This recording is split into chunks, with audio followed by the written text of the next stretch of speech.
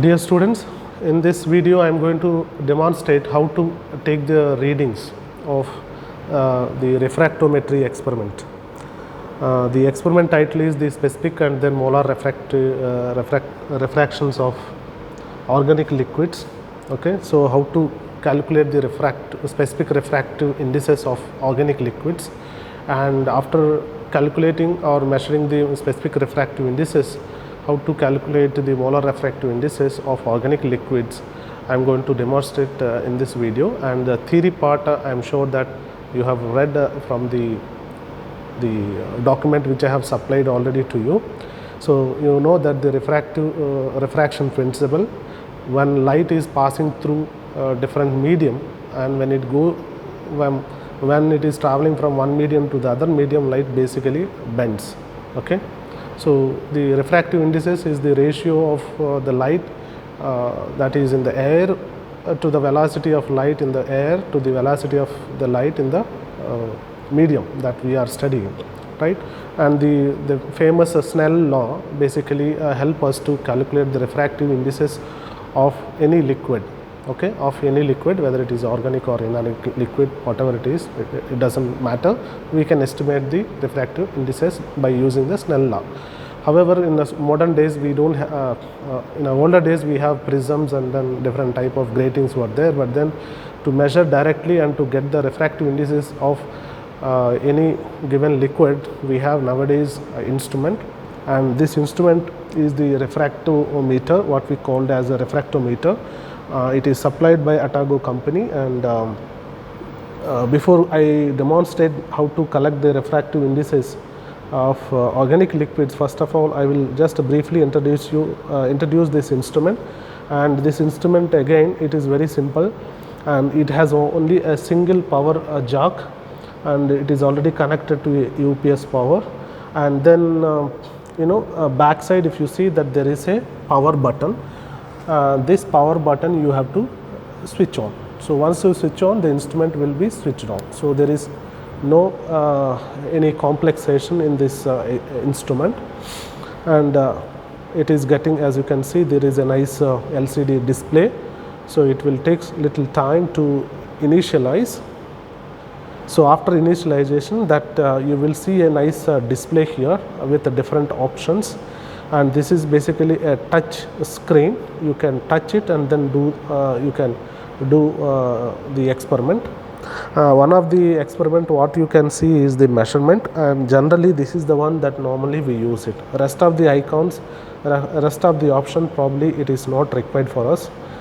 It is required in some other cases, but for collecting the data, measurement is the option that we have to press it.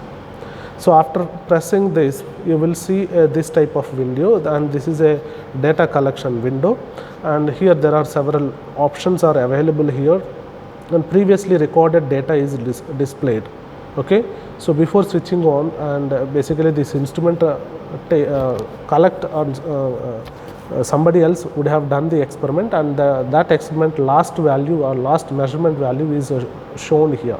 Okay, and then a couple of options you can see. The temperature is one of the important thing that it is shown here, and the refractive indices generally varies from this to this. This is the scale of the refractive indices. So anywhere between 1.32 to 1.58 that this instrument is able to measure. Okay, and here there are two major options are also you can see. One is 0 and then start button. This is a kind of calibration. So 0 means basically you have to keep a pure water and then record, first of all calibrate the instrument before going for any experiment of your experiment, in the sense that measuring the refractive indices of your liquid. Normally one should calibrate the instrument, and the calibration is done by pressing this one. Okay, pressing 0 button. But calibration for this instrument is that you have to use the water sample. Okay, so pure water sample you have to use it. Okay, and then you press the 0 button, then it will calibrate, and then once you calibrate it until you switch off, that you can record the values, refractive indices of any number of liquids. Okay, now I will show you where do you basically keep the sample. Okay, there is a small door here, you can just lift it up and see, and in this what you notice here, there is a nice groove. Okay, and there is a groove, and in the groove normally we place the sample. So I will just place the water and then I will start the calibration process. Okay, so here is, I have a pure water collected from Milicu. It is basically double distilled and Milicu water. So I am taking a little bit of water and then I will place here in the groove. Okay, with a micro pipette I am placing it here. So how much sample is required? Well, you can see that there is a groove and then you have to fill the groove, that is enough. So approximately you may require some 50 to 100 microliters of the sample. Okay, so 2 times I have taken 10 microliters. Now I am adding another 10 ml of water, and again one more 10 ml. So it is 40 ml, 40 microliters of water I had taken, and then with this now I have taken approximately 50 microliters of water I have taken. Now you notice that the groove now fully filled with water.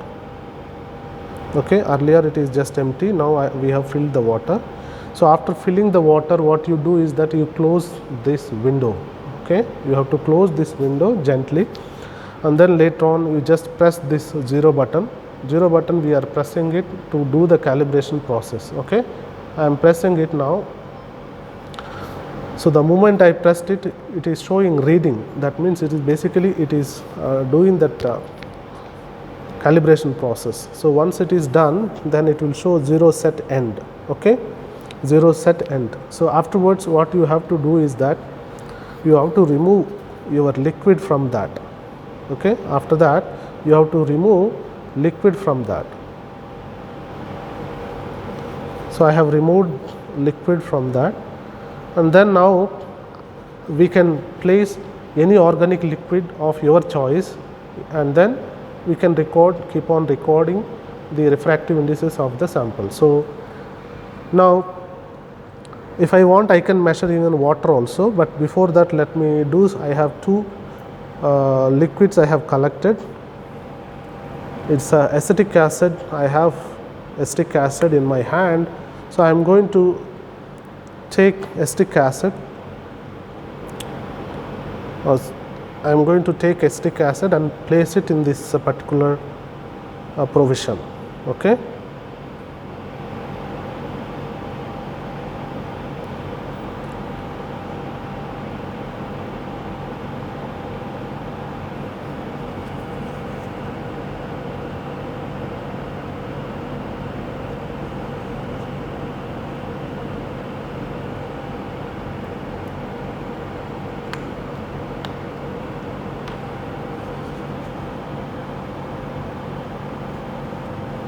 So I have filled with acetic acid. Now I am closing. Now I am closing the door. Before that, let me ensure that nothing is placed in this particular place, because this is made up of polypropylene, and then if it touch with the acetic acid, it may corrode and then this door may go bad. So I have filled my acetic acid and then I have closed the door. Then to record the value, then you have to press start button.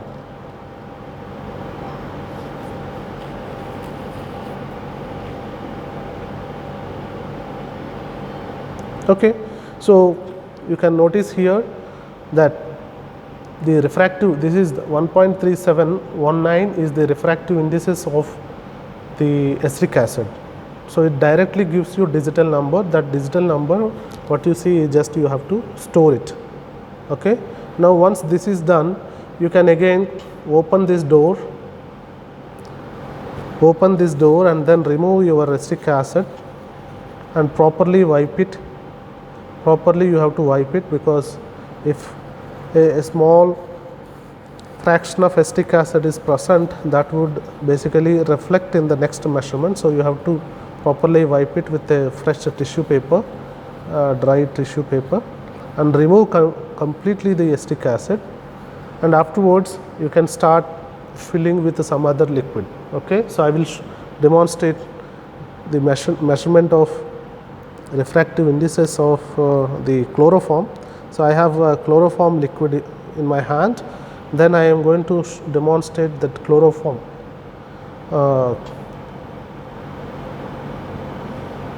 also.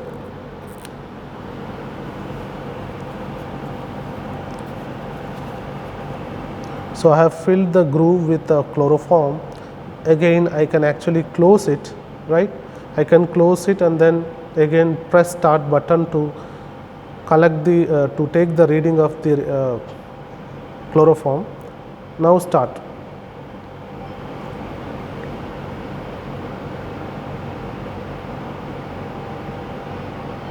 So the chloroform refractive indices is 1.44. Okay, 1.44. Now it is done. So you have to again open the door and note down the value, and then open the door and remove the chloroform solvent, right? Now I will place the initial water. I am sure most of you are very much familiar with the refractive indices of water.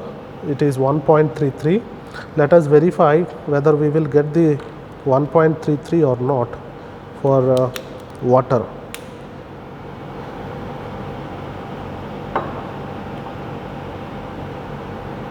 I think I have a small sample vial.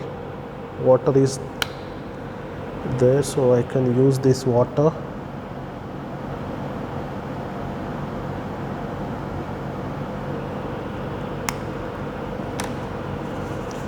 So I have added little excess. That much water is not required for our measurement. It is always better that you can remove the excess water. So I am removing the excess water. Then after removing, then close it and record the refractive indices of the water.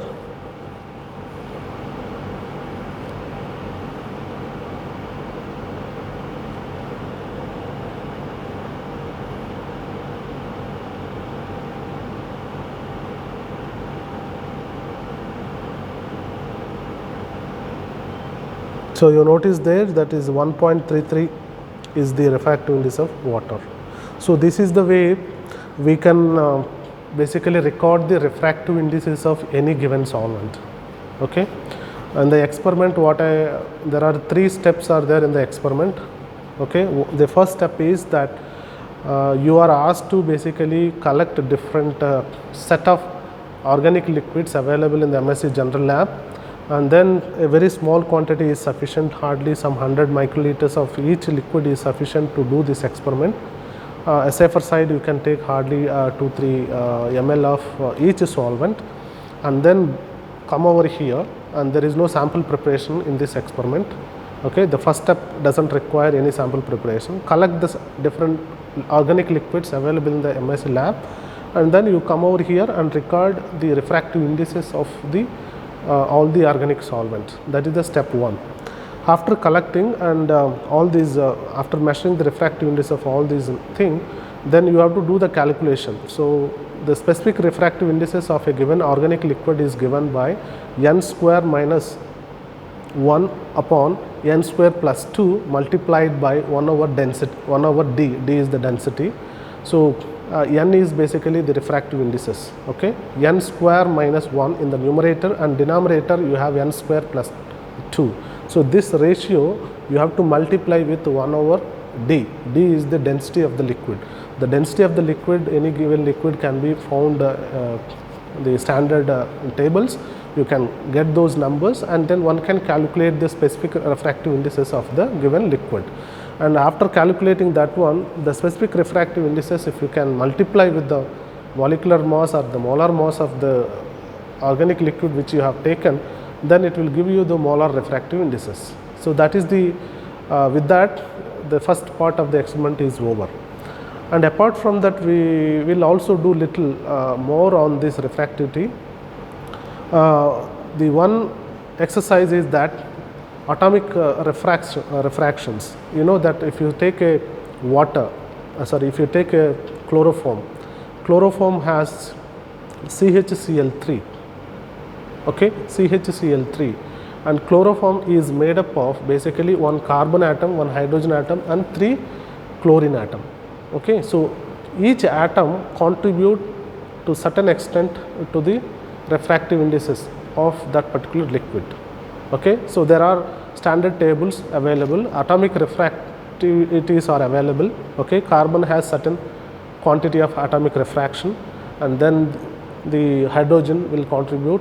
Similarly, chlorine will contribute to some extent. According to the number of chlorines, it will contribute to the refractive indices of the molecule. Okay, chloroform is a molecule, so atoms are made up of, basically molecules are made up of the atoms. So from the atomic refractions one can actually calculate theoretically what is the molar refraction of that particular liquid. Okay, how it is possible? There are standard tables.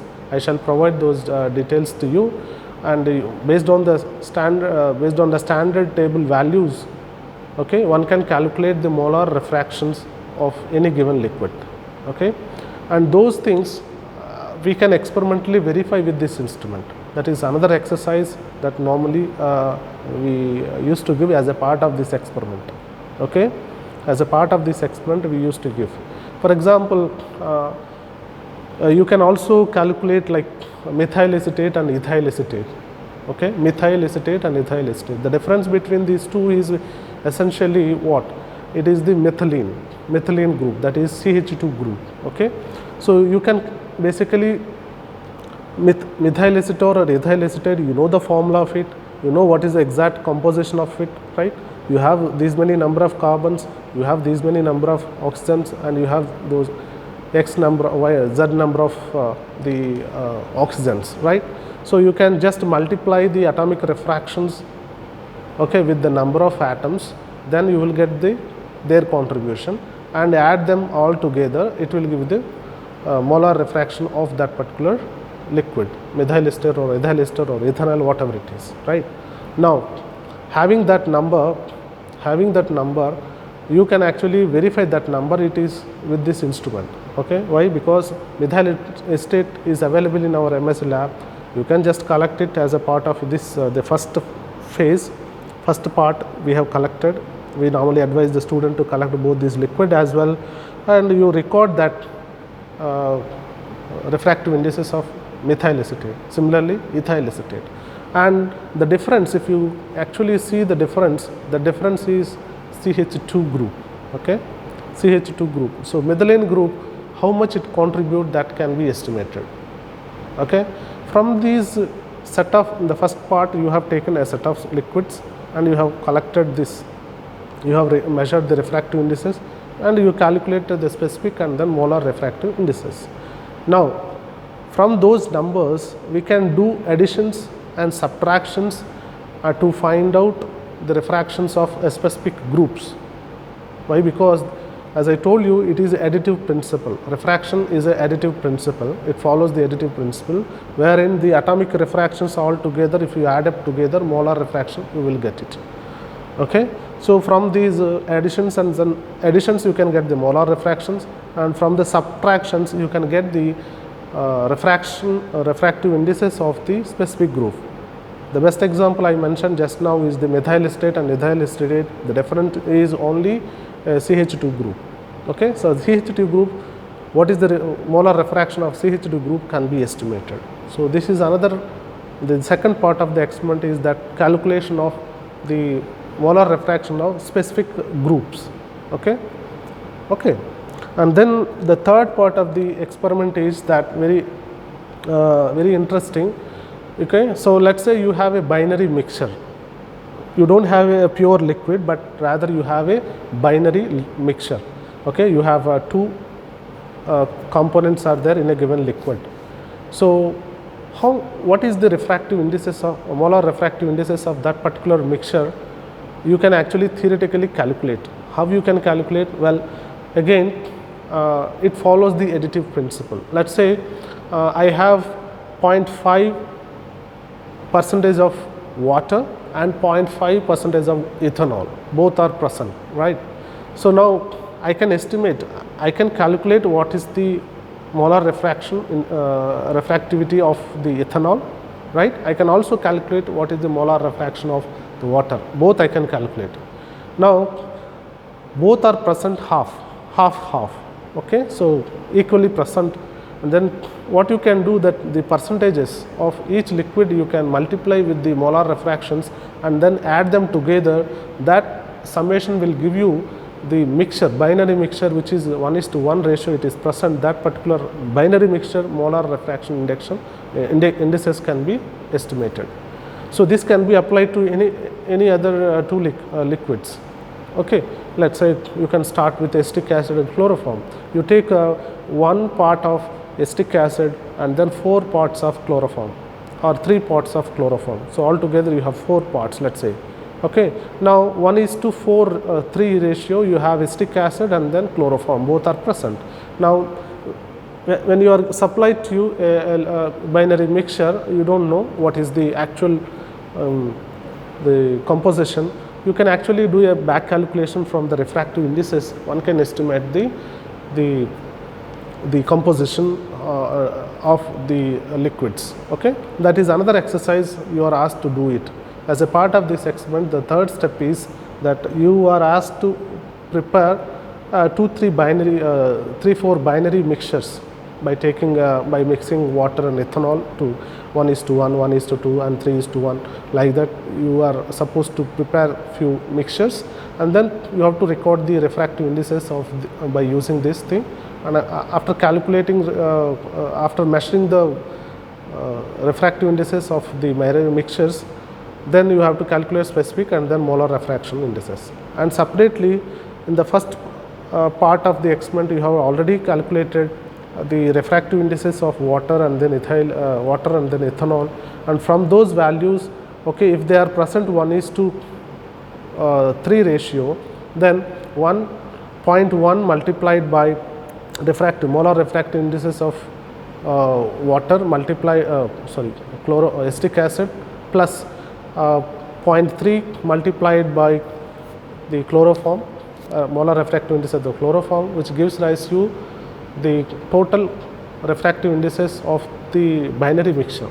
Okay, binary mixture. So theoretically, what I mean to say is that theoretically it is possible that you can estimate from the refractive indices, which you have done in the first part. From those values you can calculate the molar refractive indices of the binary mixtures. Now those numbers you can actually again cross check with this instrument. You can actually do this experiment. You can take the composition 1:3 ratio, you can do it, mix it together and put it in this sample holder and record the molar refractive indices. From there you estimate the molar refractive indices of the sample. So that is another third step of this experiment. There is a fourth step of the experiment. You know that the refraction also follows the Beer-Lambert's law, in the sense that the refraction is directly proportional to the concentration. Okay, refraction actually the directly proportional to the concentration.